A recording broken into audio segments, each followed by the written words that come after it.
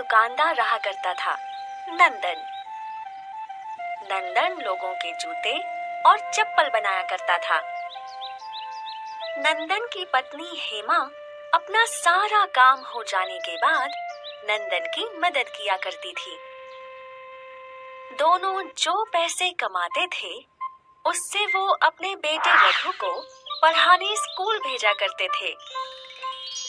नंदन का सपना था कि उसका बेटा रघु एक बहुत ही बड़े स्कूल में पढ़े, लेकिन जो उसकी हालत थी उसमें वो उसे सिर्फ एक आम स्कूल में ही भेज सकता था। नंदन हमेशा मेहनत किया करता था और पूरा दिन मजदूरी करके अगर वो कोई चप्पल भी बना लेता था तो ग्राहक उसके लिए भी मोल भाव किया करते थे। भैया, ये जूती कितने की है? बहन जी, सिर्फ 50 रुपए की। अरे बाप रे, 50 रुपए? मैं तो बस 30 रुपए ही दे सकती हूँ। लेकिन बहन जी, 35 रुपए की तो मेरी लागत ही है। ज्यादा से ज्यादा मैं इसके 40 रुपए दे सकती हूँ।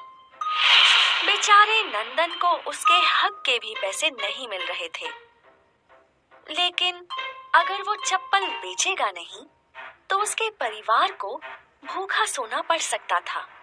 इसलिए ठीक है बहन जी। और यही सिलसिला रोज चलता था।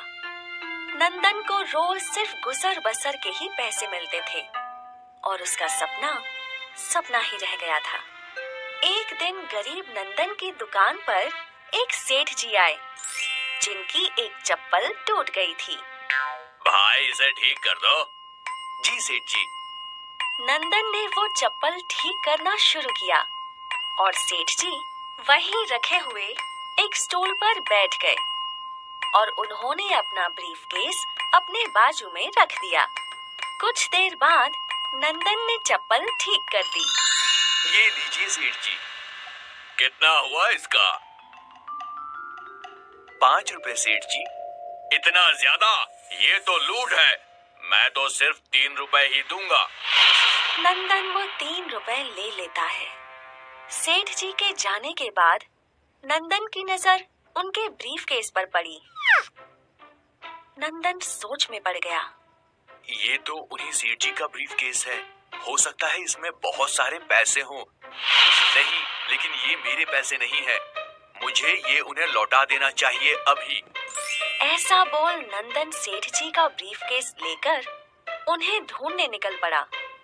कुछ दूर चलकर उसे वो सेठ जी एक हलवाई के पास दिखे।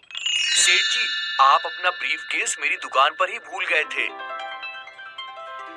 धन्यवाद, ये मैं कैसे भूल सकता हूँ।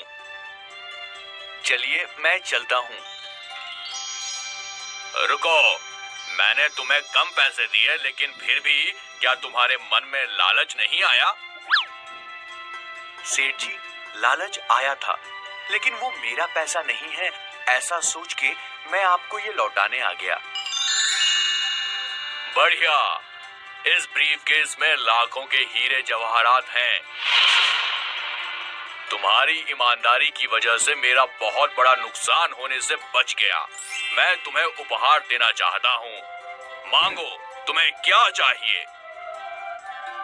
नहीं सेठ जी, रहने दीजिए। मुझे कुछ नहीं चाहिए। ऐसे नहीं चलेगा, तुम्हें कुछ तो लेना ही पड़ेगा।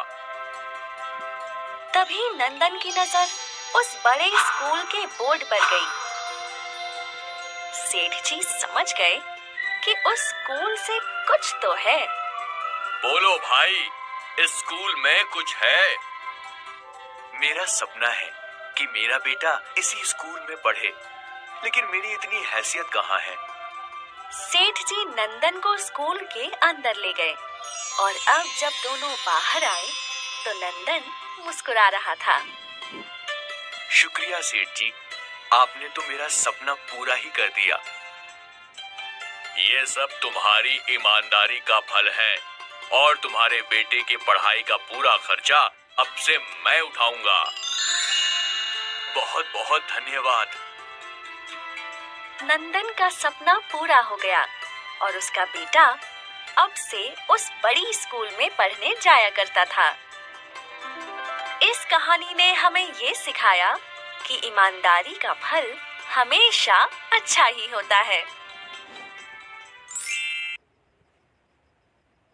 हाय, मैं हूँ शाइनी। अगर आप मुझे ऐसे ही देखना चाहते हैं तो इस वीडियो को जरूर शेयर करें और हाँ, इस चैनल को भी सब्सक्राइब करना ना भूलें।